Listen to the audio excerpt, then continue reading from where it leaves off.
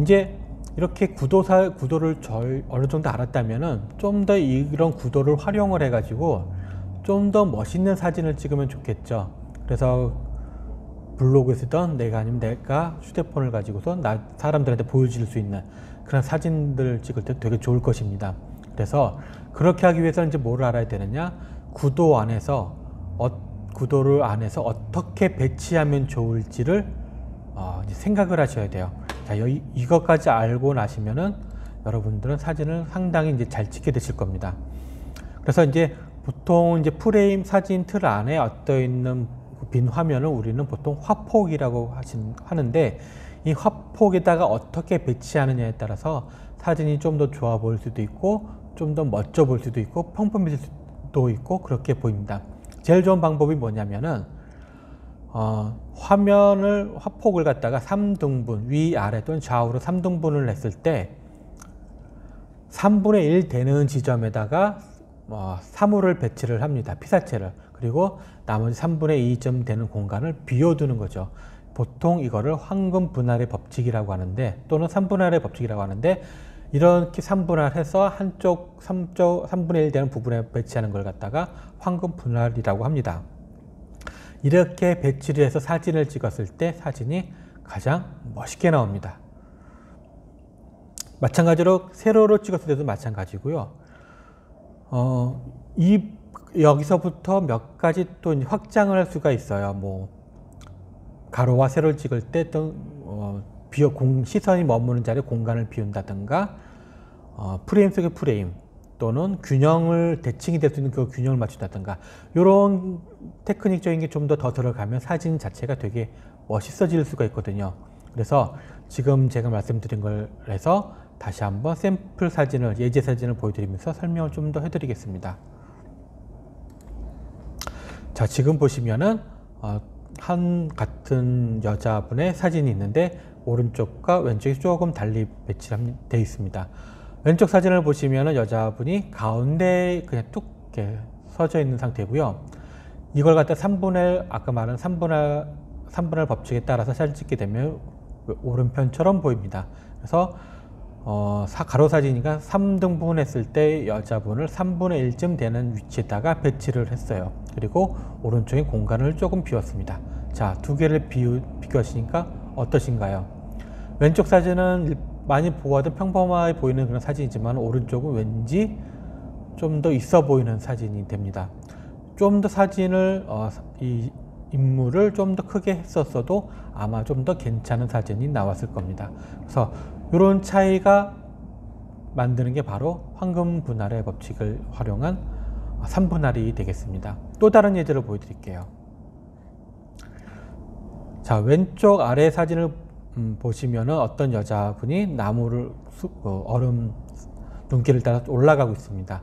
그래서 이 부분도 배치를 이렇게 3등분을 하게 되면은 오른쪽으로 3분의 1쯤 되는 지점에서 좀 더 아까 저렇게 배치를 했고요. 반대편으로는 나무가 있는 쪽으로 또 3분의 1 되는 지점 배치를 했어요. 이렇게 함으로써 이 여자가 눈길을 헤치고 저 나무인 데까지 올라가는 것처럼 상상이 되는 사진이 됩니다. 이렇게 찍을 수도 있고요. 또 세로로 찍었을 때도 마찬가지입니다. 세로로 찍었을 때도 세로에서 3등분을 한 다음에 피사체가 되는 인물 또는 건축을, 또 사물을 3분의 1 되는 배치를 하는 거죠. 그리고 오른쪽은 비워지고. 그래서 이 세로 사진에서도 눈길 올라가는 여자분은 3분의 1 왼쪽 편에다 배치를 했습니다. 그래서 이런 식으로 찍는 걸 갖다가 보통 3분할의 법칙이라고 말을 할 수가 있습니다. 자, 또 다른 3분할의 법칙에 대한 예를 보여드릴게요. 왼쪽에 그 다리를 건너가는 사진이, 어떤 커플이 다리를 건너가고 있습니다.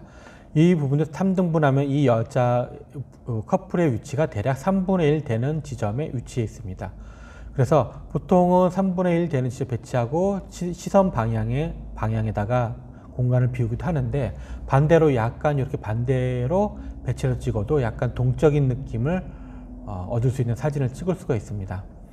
자, 오른쪽 사진을 좀 볼까요? 오른쪽 세로 사진인데 거기도 보면 어떤 남자가 우체통에다가 스탬프를 받는 이런 모습의 사진인데, 요것도 3분의 1로 나눠서 보면은 파란 옷 입은 남자는 왼편 3분의 1 되는 지점에 있고요. 우체통은 오른쪽 3분의 1 되는 지점에 이렇게 배치되어 있습니다. 그러면서 서로 이 두 개 하나의 조화도 이루어지지만은 어떤 행동을 하고 있는지도 한눈에 딱 들어올 수가 있습니다. 그래서 이렇게 찍는 거를 황금 분할의 법칙 중에 3등분을 한 3분할을 통해서 구성을 해서 찍은 사진이 되겠습니다. 3분할 중에 이제 가로 세로에 따라서 사진의 좀 특성이 좀 달라집니다. 그래서 그걸 좀 보여드릴 건데, 대체적으로 가로 사진은 전체적 풍경을 담을 수 있는 특징이 있는 반면에 세로 사진은 어떤 특정 부분만 부각시킬 수가 있습니다. 그리고 위아래로서의 어떤 시각의 흐름이라든가 이런 걸 보여줄 수가 있는데, 전체 풍경을 보여주고 싶을 때는 가로 사진, 그 중에서 또 한 부분만 좀 보여주고 싶다 할 때는 세로 사진, 이런 식으로 찍으시면 좋습니다. 자, 샘플 예시를 보여드릴게요. 자, 같은 지역이지만은 오른쪽과 왼쪽은 가로와 세로 사진을 이렇게 찍어봤어요. 자, 왼쪽에 이제 가로 사진을 보시면은 한옥마을의 전체 풍경이 다 들어옵니다. 근데 반대로 세로로 놓고 찍으니까 가려지는 부분이 상당히 많죠. 그리고 어떤 특정 집만 또 이렇게 눈에 훅 들어옵니다. 앞쪽에 있는 초가집만 눈에 훅 들어오죠. 자, 이런 식으로 찍는 게 바로 이제 세로 사진의 특징인데, 그래서 세로 사진은 한 부분만 이렇게 좀 집중적으로 보여줄 수 있는 특징이 있습니다. 자, 또 다른 예제를 보여드릴게요.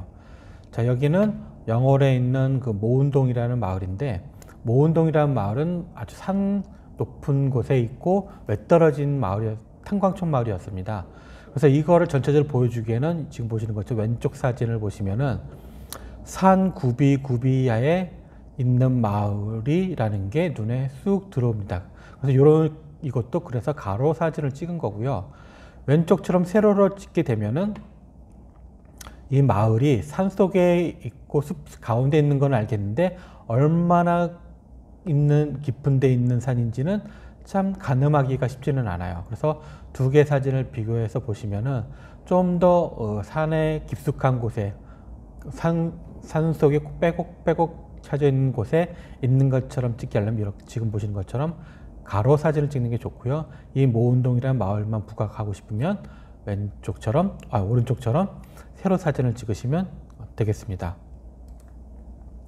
자, 이제 또 하나의 이제 팁이 뭐였냐면은 구도를 가지고 이제 찍을 때 3분할 아까 했었잖아요. 그리고 3분의 1 쪽에 사물을 배치했으면은 나머지 3분의 2 되는 부분은 비운다고 그랬잖아요.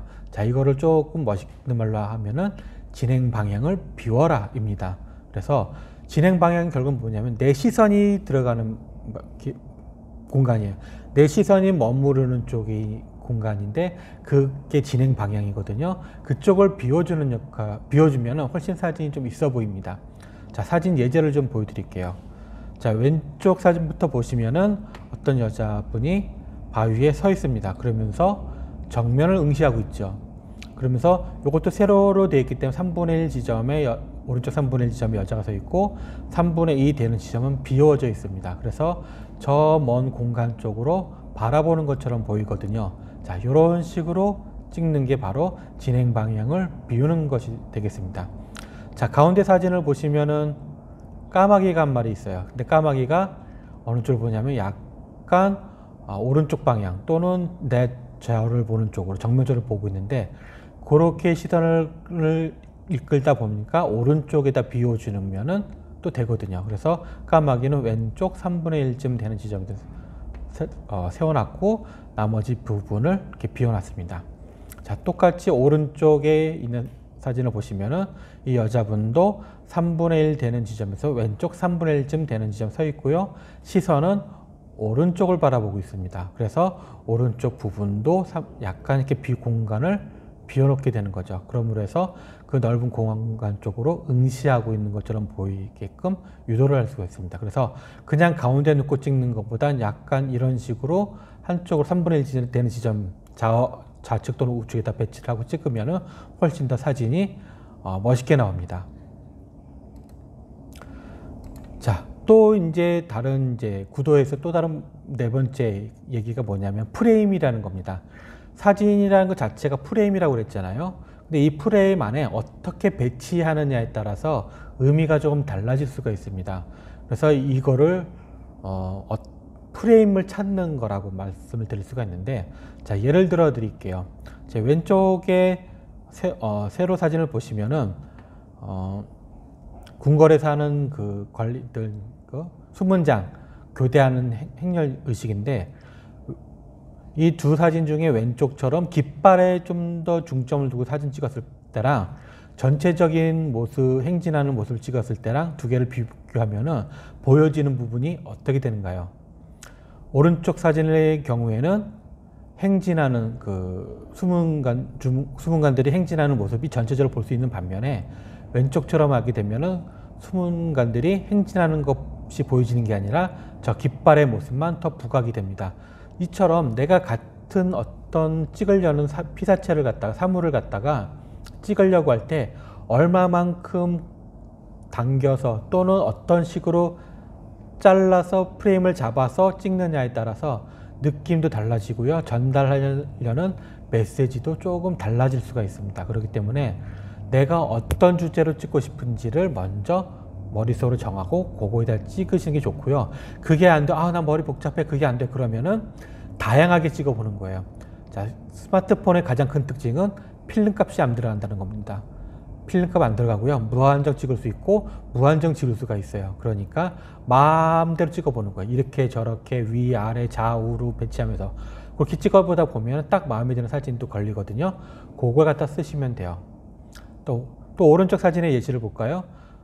어떤 여자 두 분이 참 즐거워하는 표정이 있죠. 근데 이렇게 찍었을 때랑 아래에 보시면은 거기 보니까 알고 보니 또 다른 분이 또 이렇게 있었어요. 또 즐거워하는 모습을 볼 수가 있습니다. 이렇게 두 개의 사진을 같은 시간대 찍은 건데 어떻게 내가 프레임을 잡고 찍느냐에 따라서 느낌으로는 확 다르죠. 느껴지시나요? 예. 그래서 전체 세 명이 다 즐겁게 하는 것도 있지만 위에서 딱 두 명만 잡고 찍었을 때가 훨씬 더 집중이 더 잘 될 겁니다. 그래서 이렇게 내가 어떤 프레임을 잡고 찍느냐에 따라서 많이 달라질 수가 있기 때문에 이렇게 뭐가 중심이 될지 그걸 잘 잡으셔야 됩니다. 자, 또 다른 예시를 좀 보여드릴게요. 자, 오른쪽의 사진을 보시면은 동상을 제가 찍었는데, 이 동상은 봄봄이라는 그 주제이죠. 소설에 나오는 그 주제의 일부를 동상으로 만든 건데, 이걸 제가 이제 찍은 거예요. 그래서 여기 오른쪽에 위쪽 사진을 보시면은 아버지 되는 분이 딸의 머리를 짚으면서 열이 있는지 아니면은 뭔가 얘기를 하는 것 같은데 열이 있는지 모르는지 이렇게 얘기하는 것처럼 보입니다.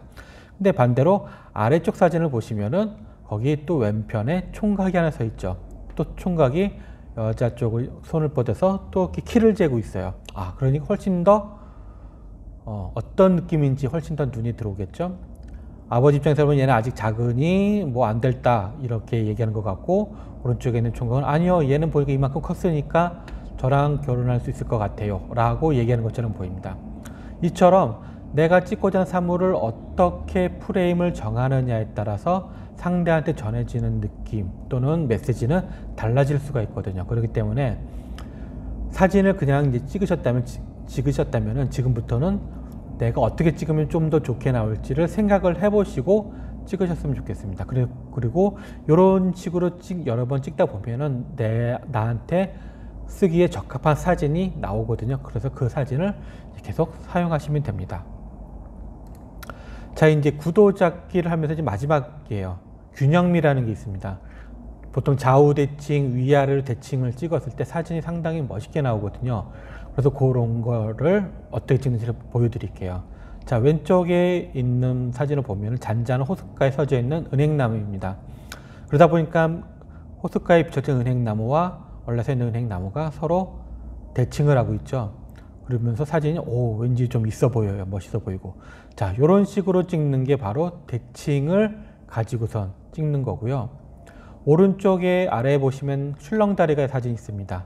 출렁다리 사진도 보면은 가운데를 반 딱 접었다고 생각했을 때 좌우가 대칭이 되죠. 자, 이런 식으로 찍는 것도 균형미 또는 조형성을 가지고선 대칭되어 있게끔 찍은 거거든요.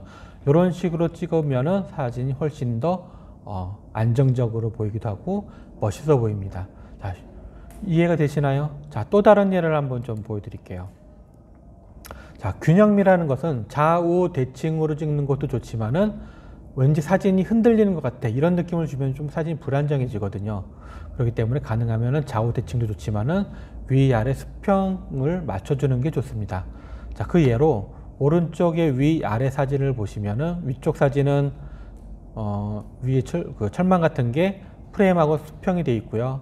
여자분들도 똑바로 서 있습니다. 근데 아래쪽 사진을 보면은 뒤에 보이는 배경에 그 철망 같은 게 기울어져 있죠. 그러다 보니까 전체적으로 왠지 끼우등하고 불안정해 보입니다. 근데 위쪽 사진을 보시면은 딱 균형이 맞으니까 안정적으로 보이죠. 자, 이런 차이가 가질 수가 있습니다. 그렇기 때문에 그렇다고 해서 아래쪽 사진이 잘못된 거냐? 잘못 찍은 건 아니에요. 나름의 재미를 추구한 면에 본다고 하면은 아래쪽 사진도 재미있는 사진이 될 수가 있습니다. 하지만 우리는 지금 출판이나 아니면 책 또는 블로그 아니면 내가 해설을 위해 쓰는 자료용 사진으로 적합한 거를 갖다 얘기하는 거잖아요. 그렇기 때문에 가능하면은 오른쪽 위에 있는 것처럼 이렇게 안정적으로 보일 수 있는 면을 찍은 사진이 더 적합합니다.